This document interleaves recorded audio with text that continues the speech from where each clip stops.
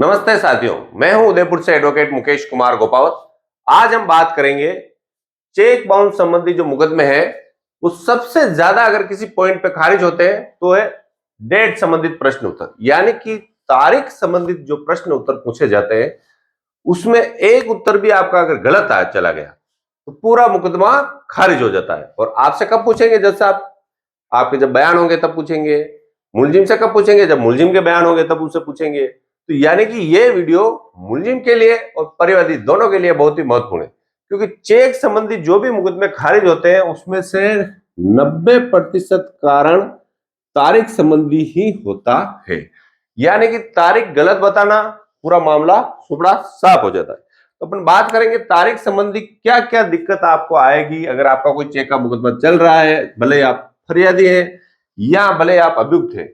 अभियुक्त है तो आपको कौन कौन से प्रश्न पूछने हैं, और परिवादी है तो आपके कौन से प्रश्न आपसे पूछे जाएंगे, उसका क्या उत्तर देना है, ये दोनों इस वीडियो में मैं आपको बताऊंगा।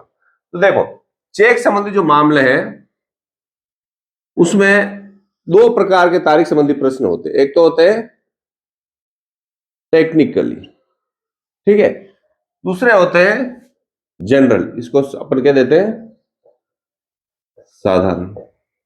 अब टेक्निकली प्रश्न क्या होते हैं, इसका ध्यान किसको रखना होता है? आपके वकील साहब को रखना होता है। मगर जब आप दावा पेश करने के बाद जिरा में आपकी होगी तब आपसे ये प्रश्न पूछे जाएंगे, यानी तो इसका मतलब आपको टेक्निकल संबंधी प्रश्न का भी आना चाहिए और साधारण प्रश्न भी आना चाहिए। सबसे पहले अपन साधारण प्रश्न पर बात करते हैं। तो जब आप कोर्ट में जाएंगे तो कोर्ट में आपसे पूछा जाएगा जिरा में कि भाई आपके और अभियुक्त के मध्य कब परिचय हुआ, है ना। सबसे पहला प्रश्न, सिर्फ चेक भर के डाल दिया, ऐसा बाउंस हो गया, इसलिए मुझे पैसा नहीं दिया, इसके आधार पर मुकदमा जीतने के चांस नहीं है। आपको जो प्रश्न पूछे जाएंगे उसका आपको कंप्लीट उत्तर देना होगा। आप कंप्लीट उत्तर नहीं देंगे, घुमा फिरा के बात करेंगे तो जज साहब समझ जाएंगे कि मामला कुछ न कुछ गड़बड़ है और उस आधार पर आपका मुकदमा खारिज हो सकता है। तो सबसे पहले तो जो भाई ये व्यक्ति ये अपन जनरली बात करते हैं, ठीक है ना, ए और बी, इसने पैसा दिया, इसने लिया, यानी कि बी अभियुक्त है और ए हुआ परिवादी। तो सबसे पहले तो यही पूछेंगे ना भाई आपका और इसका परिचय कब हुआ। तो आपको परिचय की एक तारीख या तारीख नहीं है तो साल बताने पड़ेंगे। फिर दूसरा प्रश्न आपसे पूछा जाएगा कि आपने इसको पहली बार कब पैसा दिया।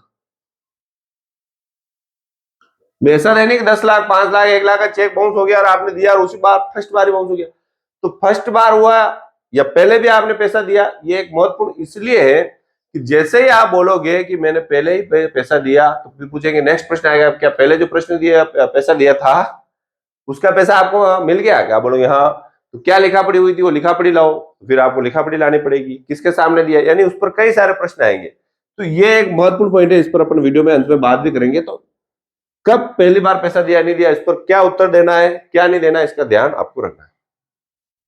तीसरा जो प्रश्न उत्तर आएगा, भाई बी को मान लो 2 लाख रुपए की जरूरत थी, इसने ए से मांगे, तो कौन सी तारीख को आपसे पैसे मांगे, यानी पैसे मांगने की तारीख। देखो तारीख का खेल बड़ा खतरनाक है। तारीख का खेल इतना खतरनाक है कि मुकदमा खत्म हो सकता है, उड़ सकता है, इसलिए तारीख वाली बात आपको पहले से ही समझ लेनी है आपके वकील साहब से भी, और कम से कम 1 महीने पहले आपको पूरी तैयारी कर लेनी।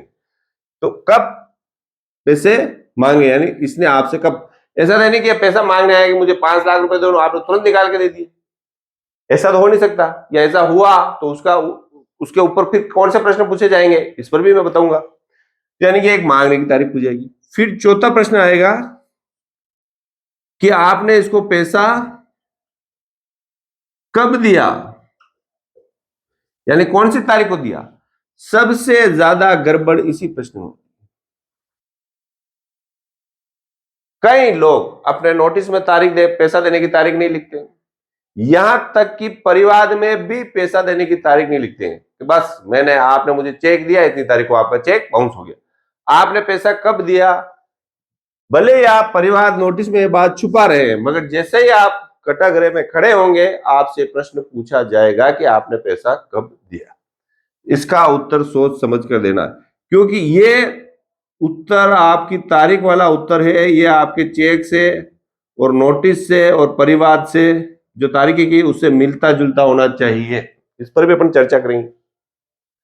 फिर हो गया तो पैसा कब दिया, फिर है कि आपको इसने चेक कब दिया, जब पैसा लिया उसी दिन दिया कि बाद में दिया, कौन सी तारीख को दिया, यह भी पूछा जाएगा। फिर पूछा जाएगा, देखो छठा प्रश्न है, चेक कौन सी तारीख का दिया। फिर सातवां प्रश्न आएगा, कौन सी तारीख को आपने चेक को बैंक में पेश किया। फिर आठवां प्रश्न आएगा, कौन सी तारीख को चेक रिटर्न हुआ। नौवां प्रश्न आएगा कि आपने कौन सी तारीख को उसको नोटिस दिया। 10वां जो सबसे महत्वपूर्ण प्रश्न है, उसको नोटिस कब मिला। मुझे तो पता नहीं, मैं नहीं जानता, वकील साहब जानते, ये नहीं चलेगा, आपको तैयारी करनी पड़ेगी। नोटिस कब मिला ये पूछा जाएगा। फिर वकील साहब डरा रहे हो, मैं डरा नहीं रहा हूं, मैं इसलिए बता रहा हूं ये वीडियो कि लोग आकर ना तो कुछ तैयारी करते हैं, ना उनको कुछ पता होता है, पैसे भी वो देते हैं और कटघरे में आके खड़े हो जाते हैं। फिर प्रश्न पूछने वाला सामने वाला वकील साहब पूछते रहते हैं, उल्टे सीधे जवाब दे देते रहते हैं। उससे क्या होता है, उनका मुकदमा खारिज हो जाता है और उनका जो गाड़ी कमाई के पैसे वो खत्म। तो आपको पहले से पहले तैयारी तो कम से कम करनी चाहिए ना, यानी कि उसको नोटिस कब मिला ये भी आपको पता होना चाहिए। फिर होगा कि आपने कोर्ट में मुकदमा कब पेश किया।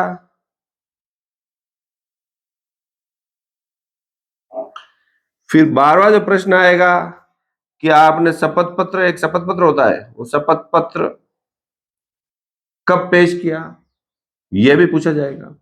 इसके साथ कुछ अन्य प्रश्न पूछे जाएंगे, ठीक है ना। जैसे आपने उससे, ये 13 नंबर है, कि पैसे कब मांगे, कौन कौन सी तारीख को आपने उसे उगई की, बताइए। 15वां प्रश्न आपसे यह भी पूछा जाएगा कि आप उसके घर कब मांगने गए, वहां कौन मिला। सामने वाला वकील साहब चाहेंगे कि आपको पैसा नहीं दिया जाए और आपका मुकदमा खारिज हो जाए, इसके लिए पूरा दम लगाएंगे। और आपका एक गलत उत्तर उनके लिए जो पूरी बाउंड्री पे कहते हैं, ये जैसे पे किए पूरा खेत, हमारे देसी भाषा में कहते हैं, यहाँ भले आप यहाँ 100 फीट बाउंड्री कर दो, 100 फीट ऊंची कर दो, यही 100 फीट ऊंची कर दो, एक रास्ता रह गया ये एक, तो वहां से आप निकल जाओगे। तो वकील साहब को तो अपने मुलजिम को निकालने के लिए सब बाउंड्री तोड़ने की जरूरत नहीं, आपका एक गलत उत्तर उनके लिए काम कर जाएगा। तो यानी कि ऐसा नहीं है, आप डरो मत। मैं चाहता हूं कि जो परिवादी है उसको सारे प्रश्न के उत्तर सही से आने चाहिए। अभी टेक्निकल प्रश्न नहीं बताया, अभी यही बताए। चलो इस पर ही बात कर लेते पहले कि कब परिचय हुआ। जो परिचय हुआ आप बता दो, भाई मैंने जब पैसे दिए उससे साल पर पहले हुआ, 10 दिन। कई लोग उल्टे सीधे जवाब देते हैं कि मेरा तो पहली बार ही परिचय हुआ, जब पहली बार ही तेरे पास आया, तेरे पहली बार ही देखा, उसी दिन तेरे 2 लाख रुपए दे दिए। तो ये एक साधारण संभावनाओं का जो एक कानून है, उस कानून के आधार पर ये नहीं बैठता है कि भाई ऐसी संभावना नहीं हो सकती। तो आपको परिचय कुछ समय पूर्व बताना चाहिए। अब पहली बार आपने पैसा कब दिया, अगर आपने पहले उससे कोई पैसा दिया है और आपके पास उसकी लिखा पड़ी है, पैसा जमा करने की तारीख है, तो ही आपको बोलना है कि मैंने पहली बार इतनी बार दिया था, इतना पैसा दिया था, जो इसने लौटा दिया। उसमें वकील साहब फिर क्या डिफेंस लेंगे कि साहब पहली बार पैसा दिया था वही चेक पड़ा था जो इसने वापस भर के डाल दिया, उस समय चेक दिया ही नहीं था। तो इस प्रश्न को आपको हो सके तब तक टालना चाहिए कि साहब मैं तो फर्स्ट बार ही ले गया। अगर उस सामने वाले के पास कुछ सबूत है तभी आप इस बात को कहना चाहिए कि पहले वाला पैसे दिए थे वो अपने डॉक्यूमेंट ले गया था। यानी इस प्रश्न पर सोच समझ कर ही आपको उत्तर देना चाहिए। पैसा मांगने की कौन सी तारीख है, तो जो पैसा आप दे रहे हो अगर उसी दिन तो आप पैसा दोगे नहीं, उससे 10-15 दिन पहले की तारीख आपको पता होनी चाहिए। 10-15 दिन पहले ही दिए होंगे। और फिर पैसा कब दिया ये तारीख आपकी महत्वपूर्ण है। इसमें क्या होता है, जनरली क्या होता है, किसी व्यक्ति से कोई पैसा ले जाता है, जो व्यवहारिक बात बता रहा हूं कानून की नहीं, उसके बाद चेक पड़ा होता है, वो क्या करता है, ये बार बार मांगता है, पैसा देता नहीं, फिर उसको आता है गुस्सा। गुस्से में आके क्या करता है, वो मांगता है 1 लाख और भर देता है 3 लाख या 5 लाख। ले तू भी अब साले तेरे को छोड़ूंगा नहीं, भर दिए, चलो अब भर दिया, किसे भरवा दिया, फिर उसमें क्या वो मन मर्जी से तारीख डाल देता है। ये प्रैक्टिकली बता रहा हूँ, देखो मुझे भी बहुत साल हो गए वकालत करते करते, प्रैक्टिकली जो बात बता रहा हूँ। अब मन मर्जी से उसने तारीख डाल दी और वकील साहब यूं तो कोर्ट में बोलने से रहे साहब मैंने तो मन मर्जी से डाल दी, मन मर्जी से डाल दी तो मामला उसी में खत्म। अब कौन से तारीख को जो ये दिया आपने पैसा, जो चेक में तारीख भरी गई है, भाई चेक में मान लो 1/1/2024 की तारीख भरी है, इस तारीख को तो दोगे ही नहीं आप। कई लोग चेक की तारीख बता देते, तो चेक तो भाई उस दिन तो आपको पैसा वापस लेना था, यानी कि आपको जो पैसा लेना था उससे महीने भर के लिए आपने पैसा दिया होगा, 15 दिन के लिए दिया होगा, 6 महीने के दिया होगा, तो वो तारीख आपको बतानी है कि भाई कौन सी तारीख को आपने पैसा दिया। अब संभावना ये है कि जिस तारीख को आपने पैसा दिया, मान लो व्यक्ति सामने वाला विदेश था, तो या वो ऐसी बात बता देता है कि कितनी बजे दिया है, वो कहता है आप कहते हो मैंने इतनी तारीख को इतनी बजे दिया, और वो कहता है मैं इतनी तारीख को इतनी बजे उस जगह था, वैसा कोई डॉक्यूमेंट ले आता है, कोई गवर्नमेंट नौकरी है वहां से कोई हाजिरी ले आता है अपनी, या कोई विदेश होता है तो वहां से लिखवा ले आता है, या कोई ऐसी स्थिति ले आता है, तब आपको दिक्कत आ जाती है। तारीख आपको सोच समझ के बतानी है, जब कम से कम आपने जब पैसा दिया तब आप उससे मिले हो। यानी कि मैं आपके तरफ कहना चाहता हूं कि हर कुछ तारीख नहीं लिखनी है आपको, जब अभियुक्त और आपका मिलन संभव हो या आप मिले हो वही तारीख देनी। अगर आपने पैसा दिया है तो जिस तारीख को दिया है वही लिखो, ठीक है ना। तो कब पैसा दिया इस पर विशेष ध्यान देना है। फिर चेक कौन सी तारीख का दिया है, इसका सीधा सा उत्तर है साहब तारीख मुझे याद नहीं, चेक पे देख के बता सकता हूं। तो आप चेक पे देख के बता सकते हो, उसको चेक की तारीख याद रखने की आपको जरूरत नहीं है। फिर होगा भैया आपने बैंक में कब चेक पेश किया, तो जो पेश किया उसकी तारीख आपको याद हो, तो नहीं तो बोलना साहब मुझे याद नहीं है कब पेश किया। फिर रिटर्न मेमो कब हुआ, चेक कौन सी तारीख रिटर्न हुआ, तो उसमें भी आपको तारीख याद रखने की जरूरत, बोल देना कि चेक पे जो रिटर्न मेमो फाइल में पेश करेगा उस पर देख के बता सकता हूँ। नोटिस की तारीख याद रखने की जरूरत नहीं है, बोलना भाई नोटिस वकील साहब ने दिया, नोटिस पे जो तारीख लिखी है उस पर दिया, मुझे याद नहीं। कब मिला नोटिस, तो ये बोल देना कि वकील साहब ने नोटिस दिया था, नोटिस कब मिला ये वकील साहब जाने, सीधा सा उत्तर, क्योंकि नोटिस वकील साहब के थ्रू दिलाया, कब मिला वकील साहब जाने, आपसे पूछने की जरूरत सामने वाले को नहीं है। फिर मुकदमा कौन सी तारीख को किया, कि जो मुकदमा पेश करने की तारीख लिखी है वो बता देना कि साहब इसमें लिख रखी है आप देख लो मुझे याद नहीं। शपथ पत्र कब पेश किया, एक शपथ पत्र होता है क्योंकि आपकी गवाही शपथ पत्र पे होती है, तो उसमें लिख देना कि शपथ पत्र में तारीख लिखी है उस दिन पेश किया मुझे याद नहीं, यानी कुछ तारीखें तो आपको याद नहीं है कि मामला सुलझा सकते हो। महत्वपूर्ण जो तारीखें है पैसा देने की, चेक लेने की या पैसा उसके ले जाने की, ये सबसे महत्वपूर्ण है। अब इसमें कुछ बातें और आती है, कुछ मामले ऐसे होते हैं जिसमें आपके मामला बहुत ही गड़बड़ा जाता है। तारीख संबंधी मामला, मैंने कहा ना 90% मामले खारिज हो जाते हैं। देखो तारीख संबंधी मामले में अगर आप कोई लिखा पढ़ी पेश कर रहे हो चेक के साथ, जैसे कोई बिल पेश कर रहे हो या कोई सामान ले गए ऐसी कोई बात बोल रहे हो, या आपने उनके यहाँ कोई काम किया जिसके पेटे चेक दिया, या अन्य कोई बात जिसकी लिखा पढ़ी हो सकती है, तब आपको ध्यान रखना है कि बिल है, सामान है, काम, ये जो तारीख है कि मेरे यहां से इतना सामान ले गया था और इतनी तारीख को चेक दे गया था, ये जो काम किया तो कौन सी तारीख आपने वहां काम किया था, या आपने कोई लिखा पढ़ी की है, आपने कोई एग्रीमेंट किया है, उसके आधार पर फिर बाद में उसे चेक दिया और रिटर्न हो गया। तो इस प्रकार की लिखा पढ़ी में अगर आप कोई तारीख बताते हो तो आपको जो तारीखें बतानी है वो लिखा पढ़ी से मेल खानी चाहिए, यानी मैच होनी चाहिए। आप क्या कह रहे हो, एक तरफ तो आप कह रहे हो कि मेरे से ये सामान ले गया था 1/1/2024 को सामान ले गया था, ठीक है, और चेक आपको दे दिया उसने सामान का 12/12/2023 का, भाई जो सामान तो बाद में ले गया, चेक पहले पैसे दे दिया। यानी ऐसा उठपटांग जवाब नहीं देना कि जज साहब को लगे कि यार तो बिल्कुल ही झूठ बोल रहा है, यानी कि आपकी तारीख और लिखा पढ़ी में मैच होना चाहिए। फिर एक बात आती है कि मान लो आपने कोई तारीख लिखा पढ़ी वाली बात ऐसी नहीं, फिर आपके बात आती है अपन जो दूसरा पॉइंट बात की थी कि भाई टेक्निकली में क्या होता है कि जो उसमें आपको कोई ज्यादा टेंशन वाला काम नहीं है, बट चेक के 3 माह में आपने चेक पेश किया कि नहीं किया, कब चेक पेश किया वो 3 माह वाली तारीख आपको ध्यान रखनी है। फिर क्या है कि चेक कौन सी तारीख को रिटर्न हुआ, तो रिटर्न होने के बाद नोटिस कौन सी तारीख को दिया ये आपसे पूछेंगे, क्योंकि नोटिस 30 दिन, ये रिटर्न होने के 30 दिन बाद नोटिस देना, फिर 15 दिन तक आपको कुछ नहीं करना है, 15 दिन इंतजार करना, और 15 दिन के बाद फिर 1 माह के अंदर ही आपको मुकदमा करना होता है।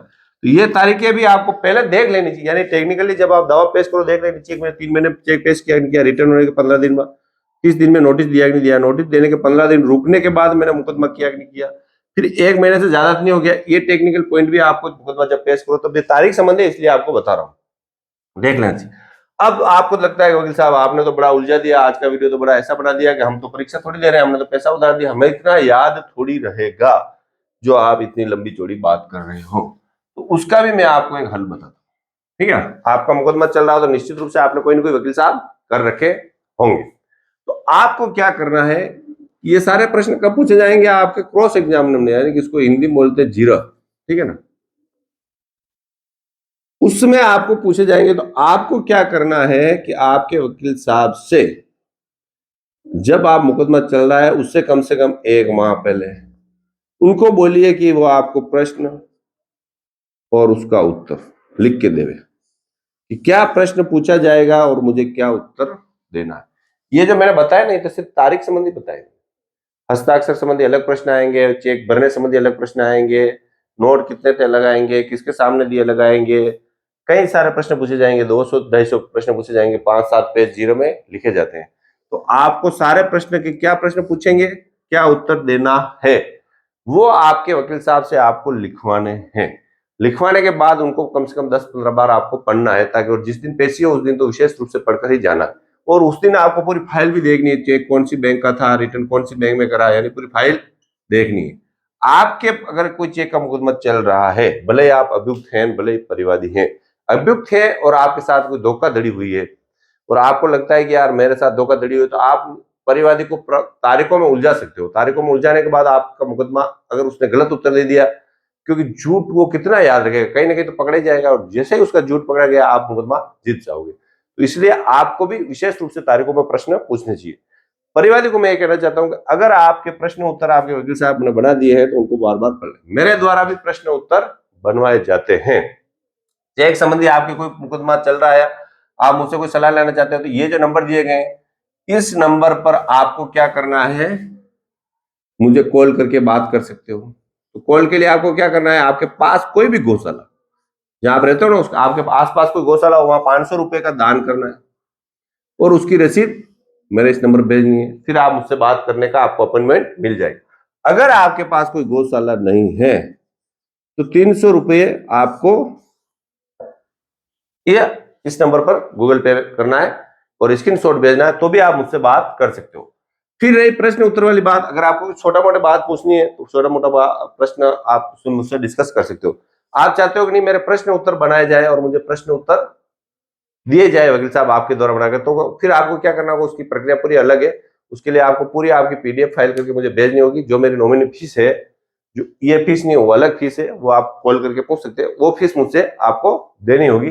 तो मेरे द्वारा आपको प्रश्न उत्तर बनाकर भी आपके पास भिजवाए, व्हाट्सएप के जरिए भिजवाए जा सकते हैं।